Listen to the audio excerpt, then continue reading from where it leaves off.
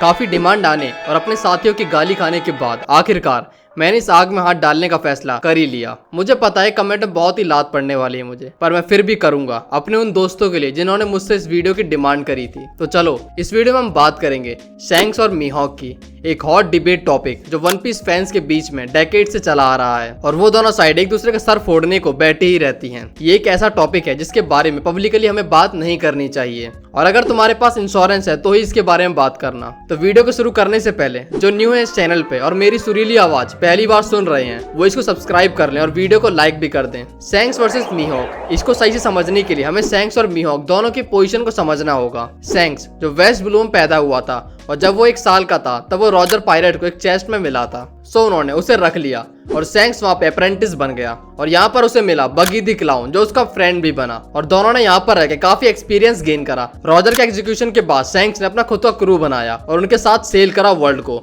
और बहुत सारे एडवेंचर को भी करा और इसी बीच उन्होंने एक बार वर्ल्ड गवर्नमेंट के शिप पे अटैक करके एक डेविल फ्रूट को भी लूट लिया जो बाद में एक्सीडेंटली फूसा विलेज में लूफी ने खा लिया। अब वो एक्सीडेंट था या फिर इंटेंशन वो तो आगे स्टोरी में पता चलेगा हमें। लूफी जो शैंक्स को बहुत ही अडोर करता था और उसके क्रू को ज्वाइन करना चाहता था। यहाँ पर शैंक्स ने लूफी की जान बचाई सी किंग से क्योंकि फ्रूट खाने के बाद लूफी ने स्विम करने की एबिलिटी को खो दिया था और उसे बचाने के बीच में उसे अपना एक हाथ भी खोना पड़ा। लूफी ये देखकर बहुत ही दुखी हुआ था कि उसकी वजह से शैंक्स का एक हाथ चला गया, मतलब उसने अपना एक हाथ खो दिया। फिर शैंक्स ने लूफी को मोटिवेट करने के लिए उसे अपनी स्ट्रॉ हैट दी और यहाँ पर लूफी चिल्लाकर कहता है कि वो किंग ऑफ द पायरेट बनेगा और बाद में बेन बैकमैन भी शैंक्स से कहता है कि उसे ऐसा लगता है कि लूफी ऐसा जरूर कर लेगा। इसके बाद रेड हेयर पायरेट्स वहां से सेल करते हैं और इसके बाद बात रही शैंक्स के एम्परर बनने की, तो प्रेजेंट टाइम से कुछ 6 साल पहले शैंक्स को एक टाइटल मिलता है, पर यह चीज अननोन है कि किसी स्पेसिफिक काम करने के बाद उसे ये टाइटल दिया गया या उसने सिंपली एक अपनी टेरिटरी अनाउंस करी। और इस टाइम तक वर्ल्ड गवर्नमेंट भी शैंक्स की इंपॉर्टेंस को समझकर उसकी पोजीशन कंसीडर करने लगी थी और इस वजह से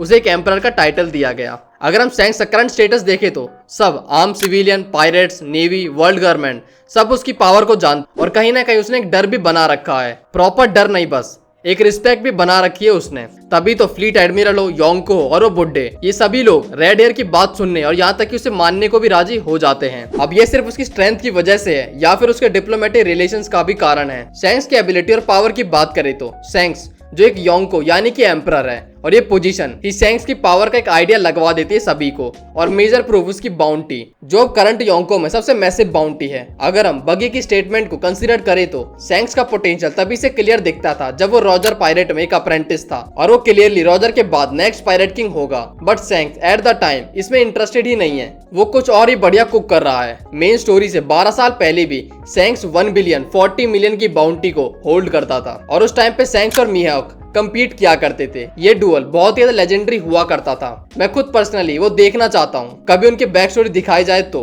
और ये बात भी ध्यान में रखने वाली है कि शैंक्स अपना एक हाथ खोने के बाद में योंको बना था और वो बिना किसी डेविल फ्रूट के। शैंक्स अकेला योंको रहा है जो बिना डेविल फ्रूट एबिलिटी के भी इस पोजीशन को होल्ड करता है। अब थोड़ा डिटेल में जाते हैं। काइडो जो वर्ल्ड का स्ट्रॉन्गेस्ट क्रिएचर का टाइटल होल्ड करता है या फिर था वन पीस वर्ल्ड में, वो शैंक्स को एलीट क्लास में रखता है जो उसके अगेंस्ट स्टैंड करने की स्ट्रेंथ रखते हैं, like Xebec, Roger, Whitebeard, Oden. और ये बताने की जरूरत तो है ही नहीं, इनमें से ज्यादातर लोग काइडो का बिना टैप के पानी निकाल देंगे। बट शैंक्स के केस में इस स्टेटमेंट का प्रूफ ये है उसका काइडो को रोक लेना मरीन फोर्ट पे जाने से बिना किसी लॉस के। यहाँ तक कि अकाइनो जो व्हाइट बियर्ड के कमांडर से लड़ रहा था और खुद व्हाइट बियर्ड से भी और 2 फॉर्मल वॉरलॉर्ड से भी, बट जब शैंक्स वहां पर आया वो रुका, उसने शैंक्स को चैलेंज नहीं करा। अब ये बस उसकी पावर थी या फिर उसके डिप्लोमेटिक रिलेशन की वजह भी थी। अगर हम एडमिरल आरामाकी को देखें, जब वो लूफी को पकड़ने आया था तो वो पीछे हट जाता है जब उसे शैंक्स की प्रेजेंस फील होती है कि शैंक्स वानों के बाहर ही है। यही तो है रोला। यहाँ तक कि शैंक्स ने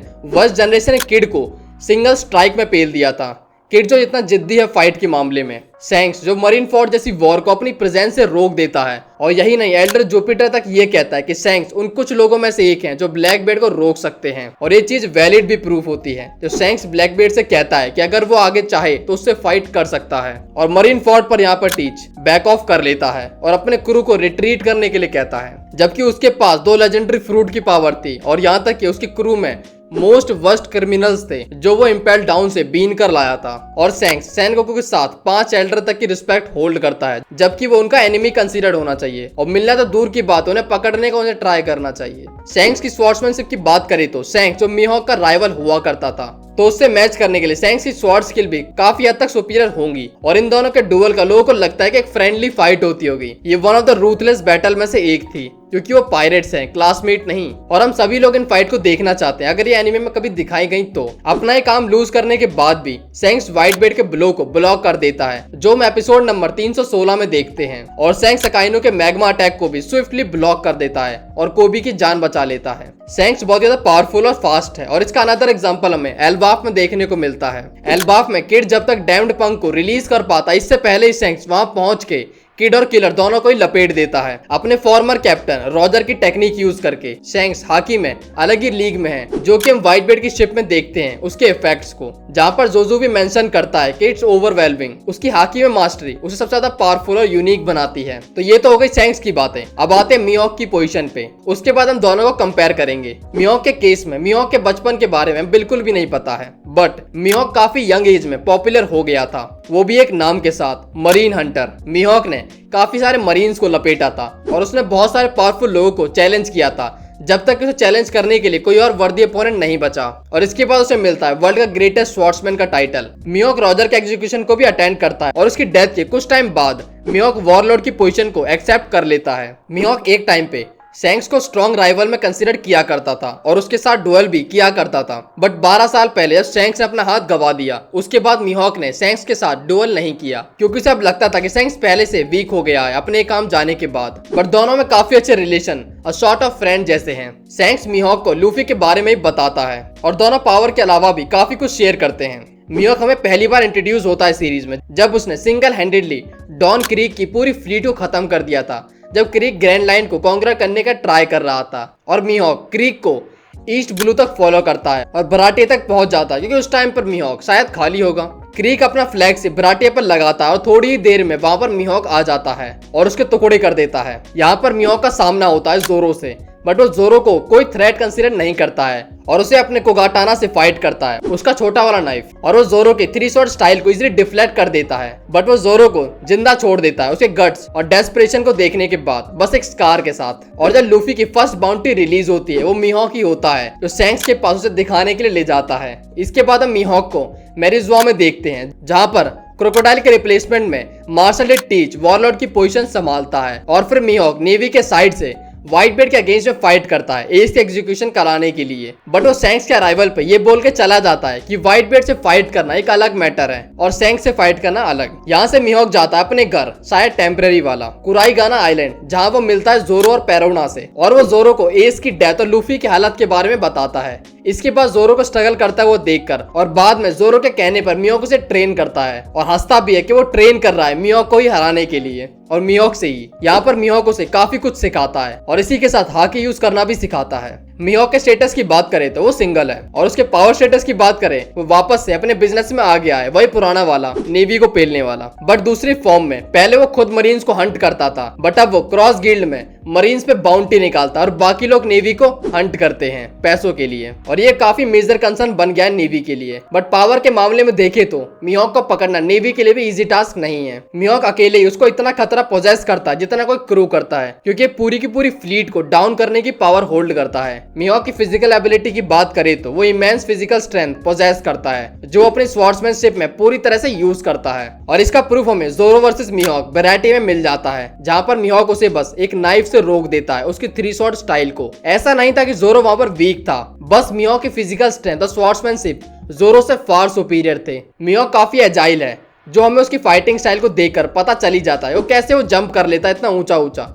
और उसके रिफ्लेक्स भी काफी फास्ट हैं, जिनकी हेल्प से वो लूफी के गियर सेकंड की स्पीड को भी इजीली काउंटर कर देता है। मिहोक की स्ट्रेंथ और एजिलिटी का ये कॉम्बिनेशन उसे किसी भी तरह के ओपोनेंट से फाइट करने की फ्रीडम देता है, चाहे वो बोल्ड हो, एजाइल हो, फास्ट हो, या किसी भी एक्स्ट्रा ऑर्डिनरी स्ट्रेंथ वाला हो। अगर हम इसकी स्वॉर्ड्समैनशिप पे रोशनी डालें तो मिहोक, जिसे ऑफिशियली पूरे वन पीस वर्ल्ड में स्ट्रॉन्गेस्ट स्वॉर्ड्समैन का टाइटल मिला हुआ है उसकी स्किल्स की वजह से, क्योंकि वो किसी भी स्वॉर्ड्समैन से काफी रिफाइन है। उसकी वास्ट मास्टरी स्वॉर्ड्समैनशिप में सैंक्स को भी सरपास करती है, जिसका रोला चलता है वन पीस वर्ल्ड में, और जो एक योंको भी है, तो योंको का पावर लेवल तो हम सब जानते ही हैं, और ये बात बिल्कुल क्लियर कर दी गई है चैप्टर नंबर 1058 में कि मिहोक सैंक्स से भी बेटर स्वॉर्ड्समैन है। सो अब इस बात पे लड़ने की कोई भी जरूरत है ही नहीं। जोरो वर्सेस मिहोक तो हम कई बार बात कर चुके हैं इस वीडियो में ही, अब ज्यादा बोलेंगे तो जोरो को गुस्सा आ जाएगा और कहीं वो वन पीस वर्ल्ड को छोड़कर इस वर्ल्ड में आ जाए और मुझे स्कार दे जाए, ये अच्छा नहीं लगेगा ना मुझे फिर। मिहोक की स्वॉर्ड्समैनशिप काफी वर्सेटाइल है। उसके एयर स्लैशेस इतने ज्यादा पावरफुल होते हैं कि वो जाइगेंटिक शिप्स को भी इजीली डिस्ट्रॉय कर देता है, और वो भी काफी डिस्टेंस के साथ। और इसी के साथ वो अपने ब्लेड से बुलेट्स को भी डिफ्लेक्ट कर लेता है, और यहाँ तक कि स्टील को भी काट सकता है। मिस्टर वन, तुम्हें तो ये याद ही होगा, जिसके अगेंस्ट में जोरो को काफी स्ट्रगल करना पड़ा था। इसी के साथ मिहोक एक टैलेंटेड टीचर भी है, जिसका अंदाजा में जोरो के इंप्रूवमेंट से लग जाता है कि उसने 2 साल में इतना इंप्रूव करा था, जो इससे बहुत ही ज्यादा था जो जोरो ने डोजो में सीखा था कई सालों में। और यहाँ पर जोरो खुद एडमिट करता है कि मिहोक के साथ ट्रेन करने के बाद भी वो उसके आसपास भी नहीं है उसकी स्वॉर्ड्समैनशिप के और मिहोक की कॉम्बैट नॉलेज और उसके फाइटिंग प्रोवेस के। अब जब हम दोनों को कंपेयर करते हैं तो जैसा कि हम जानते हैं कि यह topic Shanks versus Mihawk most debatable topic में से एक है। इसमें फैंस अपनी अपनी थ्योरीज देते रहते हैं, और वन पीस में पावर कंपैरिजन करना उतना इजी नहीं रखा है ओडा ने कि तुम क्लियरली डिसाइड कर पाओ 2 पावरफुल कैरेक्टर के बीच में कि ये जाएगा और उसे पेल देगा। All fight we have seen until now वो स्ट्रेट रही ही नहीं है कि वो गया और उसे पेल के वापस आ गया। वो इतनी लंबी लंबी फाइट होती हैं, और ये दोनों कैरेक्टर अलग ही लीग के हैं। तो हम यहाँ पर दोनों की मास्टरी के ऊपर कंपेयर करेंगे, वरना कमेंट में कोई मुझे ही फुद्दू बोलेगा। तो हम दोनों के मास्टर स्किल्स की बात करेंगे। स्टार्ट करते हैं ओवरऑल से। पिछले 2 डेकेड से ओडा क्लियर बता रहे हैं कि मिहोक वर्ल्ड का स्ट्रॉन्गेस्ट स्वॉर्ड्समैन है प्रेजेंट का, बट फिर भी लोगों को लगता है कि ओडा तो झूठ बोल रहे हैं, वो भी एक कैरेक्टर का बेस ही झूठ पर रखा गया है। सो इसका क्लियर मतलब ये होता है he has a factual superiority over योंकोस in terms of swords play। तो ये तो क्लियर है कि स्वॉर्ड्समैनशिप में मिहोक बेटर है, और ऐसा इसलिए है कि मिहोक एक स्वॉर्ड्समैन है, मिक्स मार्शल आर्टिस्ट या किक बॉक्सर या रेसलर नहीं। जब वो अपने ब्लेड के साथ होता है वो सुपीरियर होता है, और ऐसा कंपलसरी भी नहीं है कि अगर तुम्हारे सामने एक स्वॉर्ड्समैन है तो तुम सिर्फ एक स्वॉर्ड का ही यूज कर सकते हो। अगर लूफी जोरो से लड़ता भी है तो वो स्वॉर्ड का थोड़ी यूज करेगा, वो कैसे भी लड़ सकता है उससे। अब तुम मिहोक से ये उम्मीद तो नहीं करोगे कि वो स्वॉर्ड फाइट के बीच में मस्त गन स्लिंगिंग करे और बैंग सामने वाला खत्म। वो अपने आप को एक क्लियर स्वॉर्ड्समैन की तरह रिप्रेजेंट करता है, और वहीं पर शैंक्स भी स्वॉर्ड को होल्ड करता है।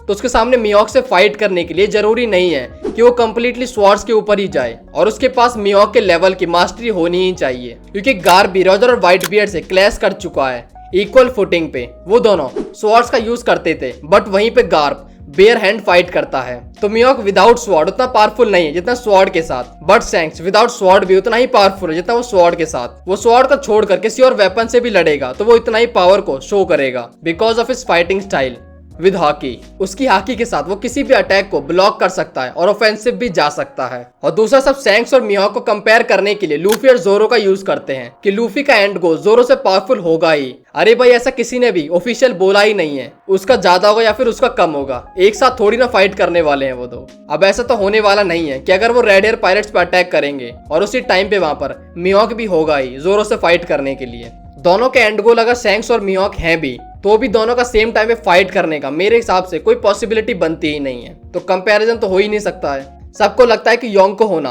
बस एक पावर स्टेटस को दिखाता है और मिहोक योंको नहीं है, तो वो शैंक्स से पावर के मामले में इक्वल नहीं हो सकता है। वो तो वॉरलॉर्ड है। ऐसा नहीं होता भाई। ये स्टेटमेंट मैंने इंटरनेट और रेडिट पे बहुत ज्यादा देखी है इन दिनों में, कि एक टाइम पे तो मुझे भी ऐसा लगने लगा था कि अरे ये तो बहुत सही बात कर रहा है। मिहोक का किसी भी योंको इतना पावरफुल होना फुल्ली रीजनेबल है। ये आदमी अकेला रहता है, अकेला घूमता है ओपन सी में। लॉ की तरह सबमरीन नहीं है इसके पास कि वो बच के निकल जाएगा एनिमी के बीच में से। इसके पास ना तो कोई अलाय है और ना ही कोई क्रू जो इसे बैकअप दे सके। इसका मतलब क्या, अगर ये किसी के साथ फाइट में एंगेज करता है तो ये अकेला ही है।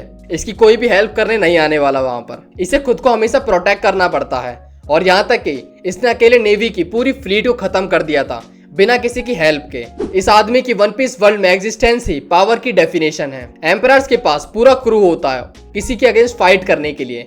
इस बंदे के पास ऐसा कुछ भी नहीं है। इस बंदे के पास अगर कुछ है तो वो ये खुद और इसका ब्लैक ब्लेड, और यही होती है रियल पावर। और अगर हम टाइटल की बात करें तो ऐसा भी नहीं है कि शैंक्स जानबूझकर मिहोक को ये टाइटल रखने दे रहा हो बस दोस्ती में, या फिर मिहोक उसे दारू सप्लाई करता होगा। ऐसा भी नहीं है। मांगा के 1058 में क्लियर कर दिया गया है कि मिहोक शैंक्स से बेटर स्वॉर्ड्समैन है। तो यहाँ पर ये पूरी डिबेट खत्म हो जाती है, पर यहाँ पर पूरी कहानी खत्म नहीं होती है। ये तो हो गई स्वॉर्ड्समैनशिप की बातें। अब आते हैं ओवरऑल पावर के मामले में, क्योंकि इस कंक्लूजन के बाद ये साबित नहीं होता है कि शैंक्स वीक है। स्वॉर्ड्समैनशिप में भले ही मिहोक पावरफुल हो, बट दोनों का डुअल कभी कंक्लूजन पे नहीं आया है कि कौन विनर रहा या फिर कौन लूजर रहा, वरना शैंक्स मिहोक को चिढ़ा रहा होता, बेटे हार गए। दोनों इक्वल फुटिंग पे फाइट करते थे, और ऐसा बिल्कुल भी नहीं है कि शैंक्स का एक हाथ जाने के बाद वो वीक हो गया है। बस मिहोक का ऐसा मानना है कि अब शैंक्स में वो बात नहीं है जो वो जवानी के दिनों में एक दूसरे की तलवारों से लड़ा करते थे। बट शैंक्स का इतना इन्फ्लुएंस होना उसके क्रू और उसके खुद की वजह से है।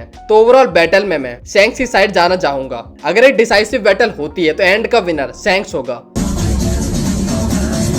पर स्वॉर्ड्स फाइट में नहीं, ओवरऑल फाइट में। एक सिनेरियो सोच लो, मिहोक की तलवार फाइट के बीच में लोप हो जाती है, मतलब अब उसके पास तलवार नहीं है। फिर शैंक्स उसकी छाती में लातों से भर देगा उसे। मजाक को साइड रखते हैं, मेरा मानना यही है कि ओवरऑल डिसाइसिव बैटल में शैंक्स जीत जाएगा। बस एक सीरियस फाइट होनी चाहिए जो अच्छी खासी लंबी चलेगी, बट एंड में शैंक्स अपनी सुपीरियर हाकी और स्ट्रेंथ की वजह से मिहोक को हरा देगा।